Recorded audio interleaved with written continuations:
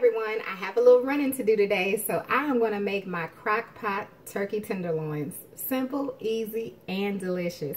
So what I have here are my tenderloins. I have 2 packs, which comes with 4 tenderloins that I've seasoned with a little garlic and a little bit of my Greek all-purpose.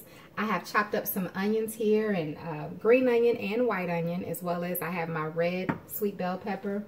And I have some gravy packets that I'm going to add into my tenderloins, the turkey gravy packets. That's optional if you want to add that in or not. And then I got some chicken broth.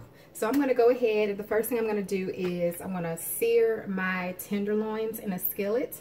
You are welcome to skip that step if you want, but I'm going to sear my flavor before I add mine to the crock pot. Alright, so I added a little oil and butter to my skillet. I have my oven, well, my stove on a medium-high heat. I'm going to add my tenderloins in. And like I said, I'm just going to sear them for just a few minutes on each side. Maybe about 3 minutes. I'm going to flip it over, give it another 3 minutes, and then I'll place them in my crock pot here. Now that my tenderloins are seared and in the crock pot, I am going to add in my gravy mix. About 3 cups worth, and it's the mix is 2 packs of the mix with the 3 cups of the chicken broth. I got my onions as well as some green onion with that, and then I have my sweet red bell pepper that I was telling you all about, which is here. Alright, now we're going to cover this, and when I come back I'm going to show you all the finished product. Alright, the tenderloins are done. I'm going to remove one and slice it just so you all can see. You want to just check the internal temperature. It should be at 165 degrees or higher. And I let them cook in the crock pot on high for 4 hours. So we're going to take one out and cut it. I'm excited. It's nice and tender.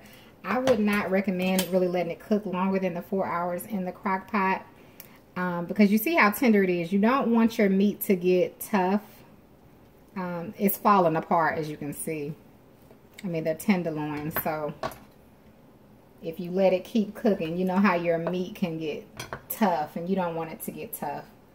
So let me just pick a piece here to taste. I am going to turn mine on low and add in some of my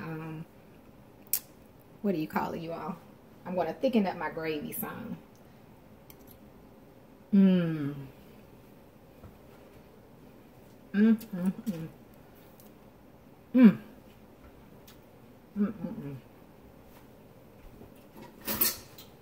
That is good, good, good, honey. I'm going to make some rice. Let me just put a little bit of that right there. I want one more bite. Woo! I'm going to make me some rice, honey, and thicken up that gravy. Do y'all see that? It is nice, and I like the flavor. It's really, really good.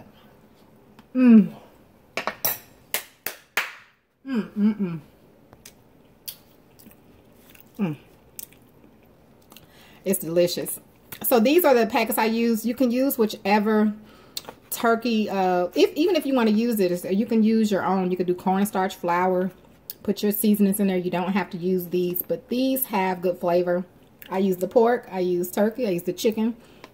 So give it a try if you want. If not, just, you know, make it your own.